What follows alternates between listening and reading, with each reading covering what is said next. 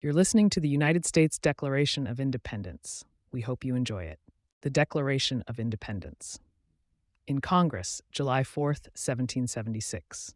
The unanimous declaration of the 13 United States of America. When, in the course of human events, it becomes necessary for one people to dissolve the political bands which have connected them with another, and to assume, among the powers of the earth, the separate and equal station to which the laws of nature and of nature's God entitle them, a decent respect to the opinions of mankind requires that they should declare the causes which impel them to the separation. We hold these truths to be self-evident, that all men are created equal, that they are endowed by their Creator with certain unalienable rights, that among these are life, liberty, and the pursuit of happiness. That to secure these rights, governments are instituted among men, deriving their just powers from the consent of the governed, that whenever any form of government becomes destructive of these ends, it is the right of the people to alter or to abolish it, and to institute new government, laying its foundation on such principles and organizing its powers in such form as to them shall seem most likely to effect their safety and happiness. Prudence, indeed, will dictate that governments long established should not be changed for light and transient causes. And accordingly, all experience hath shown that mankind are more disposed to suffer, while evils are sufferable, than to right themselves by abolishing the forms to which they are accustomed.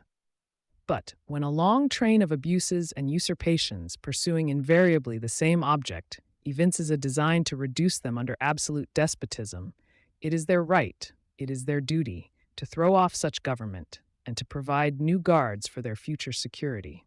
Such has been the patient sufferance of these colonies, and such is now the necessity which constrains them to alter their former systems of government. The history of the present King of Great Britain is a history of repeated injuries and usurpations, all having in direct object the establishment of an absolute tyranny over these states. To prove this, let facts be submitted to a candid world.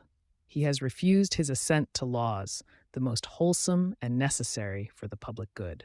He has forbidden his governors to pass laws of immediate and pressing importance, unless suspended in their operations till his assent should be obtained.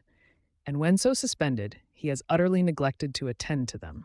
He has refused to pass other laws for the accommodation of large districts of people, unless those people would relinquish the right of representation in the legislature, a right inestimable to them and formidable to tyrants only. He has called together legislative bodies at places unusual, uncomfortable, and distant from the depository of their public records, for the sole purpose of fatiguing them into compliance with his measures. He has dissolved representative houses repeatedly for opposing with manly firmness his invasions on the rights of the people. He has refused for a long time after such dissolutions to cause others to be elected, whereby the legislative powers, incapable of annihilation, have returned to the people at large for their exercise, the state remaining the meantime exposed to all the dangers of invasion from without and convulsions within. He has endeavored to prevent the population of these states, for that purpose obstructing the laws for naturalization of foreigners, refusing to pass others to encourage their migrations hither, and raising the conditions of new appropriations of lands. He has obstructed the administration of justice by refusing his assent to laws for establishing judiciary powers. He has made judges dependent on his will alone for the tenure of their offices and the amount and payment of their salaries. He has erected a multitude of new offices and sent hither swarms of officers to harass our people and eat out their substance. He has kept among us, in times of peace, standing armies without the consent of our legislatures. He has affected to render the military independent of and superior to the civil power.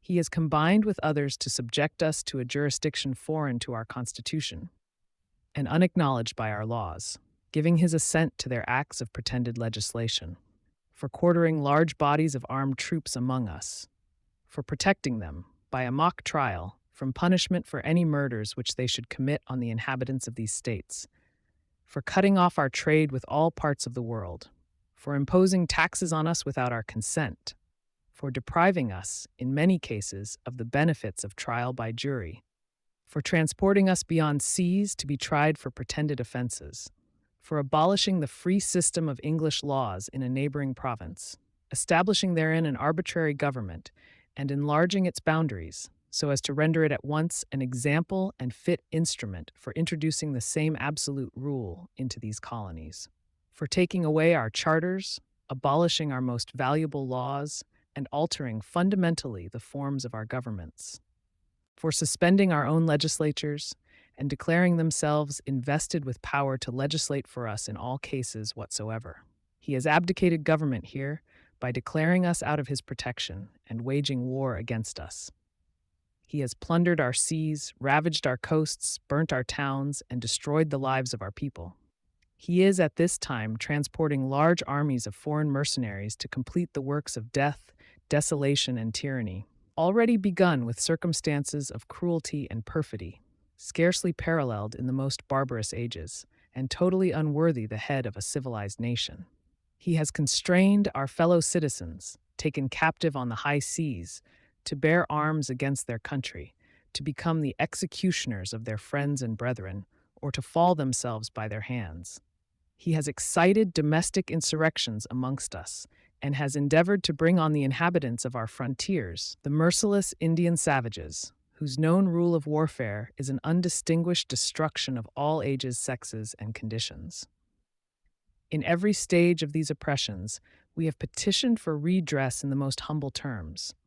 Our repeated petitions have been answered only by repeated injury. A prince, whose character is thus marked by every act which may define a tyrant, is unfit to be the ruler of a free people. Nor have we been wanting in attentions to our British brethren. We have warned them, from time to time, of attempts by their legislature to extend an unwarrantable jurisdiction over us. We have reminded them of the circumstances of our emigration and settlement here. We have appealed to their native justice and magnanimity, and we have conjured them by the ties of our common kindred to disavow these usurpations, which would inevitably interrupt our connections and correspondence. They, too, have been deaf to the voice of justice and of consanguinity. We must, therefore, acquiesce in the necessity which denounces our separation, and hold them, as we hold the rest of mankind, enemies in war, in peace, friends. We, therefore, the representatives of the United States of America, in General Congress assembled, appealing to the Supreme Judge of the world for the rectitude of our intentions, do, in the name and by the authority of the good people of these colonies, solemnly publish and declare that these united colonies are, and of right ought to be, free and independent states, that they are absolved from all allegiance to the British Crown, and that all political connection between them and the state of Great Britain is, and ought to be, totally dissolved, and that as free and independent states, they have full power to levy war, conclude peace, contract alliances, establish commerce, and to do all other acts and things which independent states may of right do. And for the support of this declaration, with a firm reliance on the protection of divine providence, we mutually pledge to each other our lives, our fortunes, and our sacred honor. John Hancock, New Hampshire Josiah Bartlett Whipple, Matthew Thornton, Massachusetts Bay Adams, John Adams, Rob Treatpain, Elbridge Gerry, Rhode Island, etc.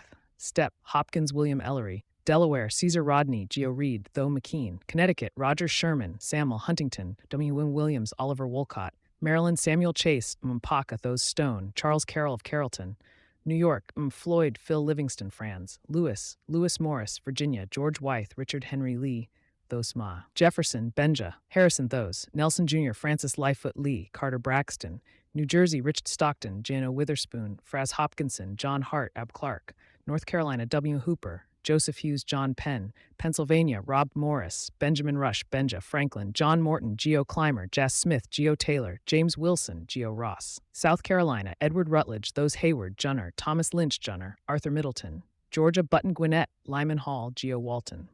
In Congress, January 18, 1777. Ordered that an authenticated copy of the Declaration of Independence, with the names of the members of Congress subscribing the same, be sent to each of the United States, and that they be desired to have the same put on record. John Hancock, President. By order of Congress, attest, Chas. Thompson, C.C. A true copy, John Hancock, President. Thank you for your time. Feel free to share your favorite passage in the comments, and don't forget to follow us for more interesting videos.